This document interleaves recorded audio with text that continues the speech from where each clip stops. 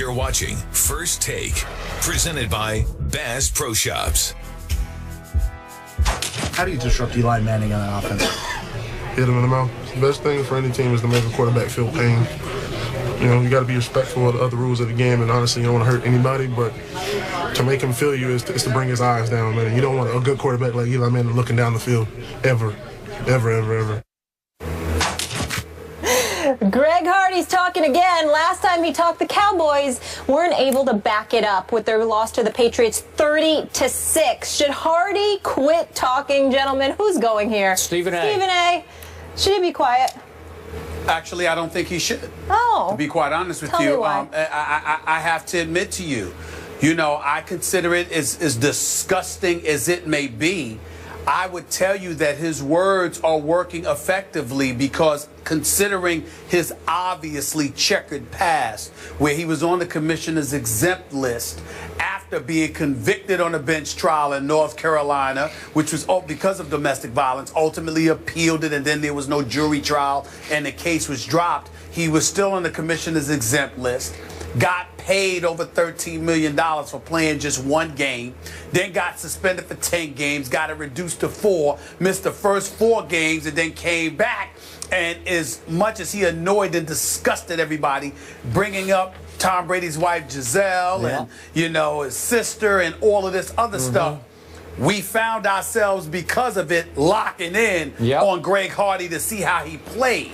Now he says this again about Eli, which obviously made sense because he elaborated by saying you don't want him looking downfield. You want his eyes down because he's hearing footsteps. You remember, even though the Giants have only given up 7 sacks this year, which is pretty damn good, fewest in the NFC, by the way, the flip side is they just gave up 3 sacks on Eli Manning this past Monday. He got hit 7 times. He had to dump the ball on several other occasions. So if you're Greg Hardy, you want to let him know you're coming. You want everybody to know you're coming because you're preoccupying folks with your game and your intention. And I think in that regard, it's kind of slick and shrewd on his part. Okay. You know what? That is an interesting, intriguing, insightful between-the-lines take, as opposed to I'm rooting for the Mets to motivate my Yankees, which I'm not buying. Oh, but on this count, well, it's the truth. Seriously. It's the truth. Whatever. Yeah, it's not true. But on this point, you're probably right about that. Now, I'm on record here. I have little to no regard for Greg Hardy as a person, and I've been detailed about that. But now we're talking about football. As long as he confines his trash talk to the football field, I'm okay with it because my take on him is that's how he motivates himself. He fuels himself by talking big on a Wednesday and having to back it up on a Sunday. And at least for a half against the great Tom Brady, I thought he backed it up. He was talking about flashing on your TV screen. He flashed all over my TV screen, and I'm happy, at least this Sunday, he will be flashing on my TV screen at Giant Stadium, and I am now sitting next to the biggest Eli Manning fan in the history of fandom right here. Monday. I can't wait when You're they going to win. wear his jersey, she says, on Monday when they win, which means you will not be wearing his jersey on Monday. But I'm sure you are offended by this hit him in the mouth kind of talk, but that's just weak typical. people need to do that. They need to build themselves up. Other people don't need that Weak kind of people motivation. Need to do that. Yeah, they don't. Well, I don't think he I qualifies will as be a objective. weak person. I'm kidding. The last time Greg Hardy did face Eli, though, he sacked him 3 times. You do have a reason to be concerned. I do. Because it's not it's not like he's lying. I mean, you got to remember, Skip, not only can he get to the quarterback, the reason why he's in a position to talk smack is because it's not like Eli can hit him back. Even if Eli gets the ball off, that doesn't mean that Greg Hardy's not going to hit him. Correct. So if there's ever an individual that can talk, it's a defensive lineman because he gets to come at you. And you got to pray that Flowers protects you and doesn't give up a sack like he did Monday night against the Eagles. So both of you are very worried for Sunday's game. No, I'm not. See you Monday after they win. Can't wait. Be there. The Cavs finally lock up Tristan Thompson, so they shouldn't be as worried, to a 5-year deal, and he shows his pride on IG last night. So can the Cavs big man live up to those big dollars? Skip and Stephen A. will get into that on the other side of the break. San Antonio Spurs waived Jimmer Fredette on Wednesday after a fantastic career at BYU, including leading the nation in scoring and AP National Player of the Year in 2011. Jimmer was drafted 10th overall in the 2011 draft. In his 4 years in the NBA, Jimmer's averaged just over 6 points a game for 3 different teams while starting only 7 games. Skip, what's happened to Jimmer? Stephen A. Smith. What happened to Jimmer is the Sacramento Kings got blinded by his college height. He was as hyped a college basketball player as we have ever seen to me. He was the face of college basketball in his last year at BYU, which happened to have been his 4th year at BYU. So we're not talking about one and done or two and done. We're talking about graduating and done, and then suddenly being picked 10th overall by the Sacramento Kings, when in fact, Jimmer Fredette shouldn't have been drafted at all. And again, just to drive this home, he's picked 10th by the Kings that year, 1 pick ahead of Klay Thompson, 5 picks ahead of Kawhi Leonard, 20 picks ahead of Jimmy Butler, and I could go on and on. And I'm not being a hypocrite here. I'm not using 20/20 hindsight. Stephen A., right hand above here. I sat in this chair that whole year. You weren't with me yet. And I said again and again, nope, he's a great college player. And I don't toss that word around loosely. He was great in college basketball. He was great for college basketball. I enjoyed watching him. I looked forward to those games. But I said he cannot play pro basketball. He's not quick enough. He won't consistently be able to get his shot, his jump shot in pro basketball. And most of all, there are 2 ends to that floor, as the Spurs have taught the league. And I didn't see Jimmer play much, if any, defense in college basketball, let alone what I thought he could or could not do in pro basketball. So he immediately became a defensive liability who couldn't really score in pro basketball the way he did in college. So he played 229 pro basketball, NBA basketball games. 3 times in 229, he actually scored more than 20 points. And I was surprised to find that he'd even done that, because he just wasn't good enough. And I know this is a controversial subject, Stephen A., but I'm going to throw it out there again. It's come up many times on the show before. I am very obviously a white guy, and I am often skeptical going into drafts of American white guys. Why? Because history tells me I should be skeptical of American white guys going into the draft. Never since Larry Bird have we ever had a white American NBA player even close to Larry Bird. There was a John Stockton, obviously. There was a Chris Mullin.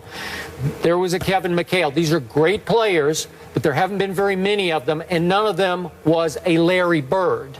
And you know, Chandler Parsons knocked out, his Florida team knocked out Jimmer's team in the NCAAs that year. Chandler Parsons is a nice player. We just talked about Kevin Love. He's a nice, very good player.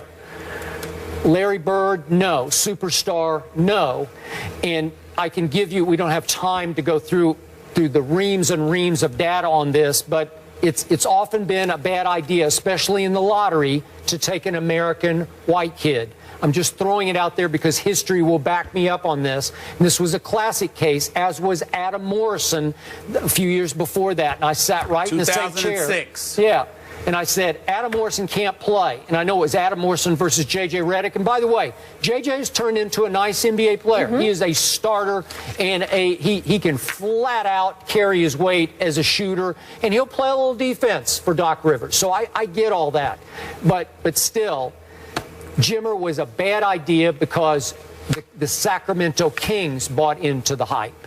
Your thoughts? Well, one point you didn't bring up, Skip, is that who was the 60th pick, the dead last pick in the second round of that draft? Yeah. Isaiah Thomas by the same Sacramento Kings. Okay. So they picked Isaiah Thomas 57 picks after, 50 rather picks after Jimmer Fredette. It's ridiculous. But you're absolutely right. You're absolutely right with everything that you said. He was just a spot-up shooter, nothing else. And on the NBA level with those athletes, he just wasn't capable of doing the kind of things he was able to do on the collegiate level. level. He wasn't a scrub. No. It's just that he was a shooter, and that's all he was. And I guess the ideal system for him was never something that he could find. But to piggyback off your latest point, let's just call it what it is. Listen, and by the way, I want to preface my comments by saying there's no crime in doing this. Nobody was more hyped than Adam Morrison, and I was disappointed that Michael Jordan elected to take him. I believe it was with the 3rd overall pick, and he had passed up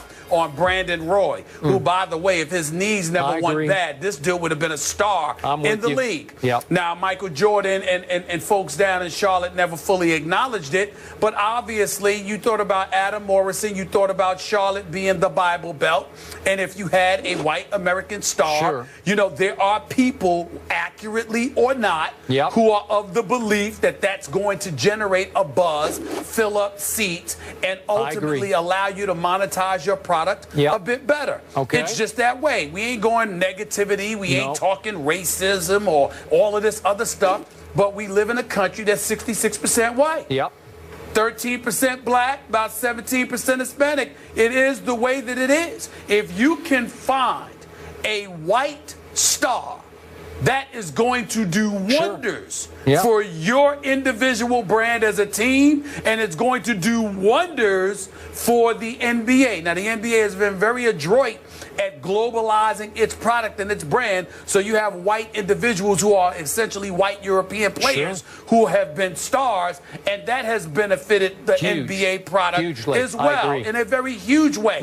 But it would pale in comparison if you had a white guy from America that could be a Dirk Nowitzki. If you're, I don't care how great Dirk Nowitzki's a future Hall of Famer. No matter how great Dirk Nowitzki is, in terms of marketability, he ain't no Larry Bird. No. If you found another Larry Bird, you have hit the jackpot. You would hit the jackpot. And I think to some degree, I think there isn't an NBA team with sense that wouldn't salivate for the opportunity to do that. Not that Jimmy Fredette was ever going to be that, and they knew better than that, but you were hoping, you know, to find a genie in a bottle and have Jimmy Fredette come in and light the league up from long range, particularly the way the game had changed and facilitated the advent of more shooters. It just didn't turn out that way because he wasn't good enough. But we understand the intent, and the intent is going nowhere.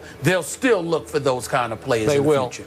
The best way, quickest way to fill your seats of your arena is to win basketball games. And you better pick a guy, and if he happens to be white, but he can still help you win a whole lot of games, good for you.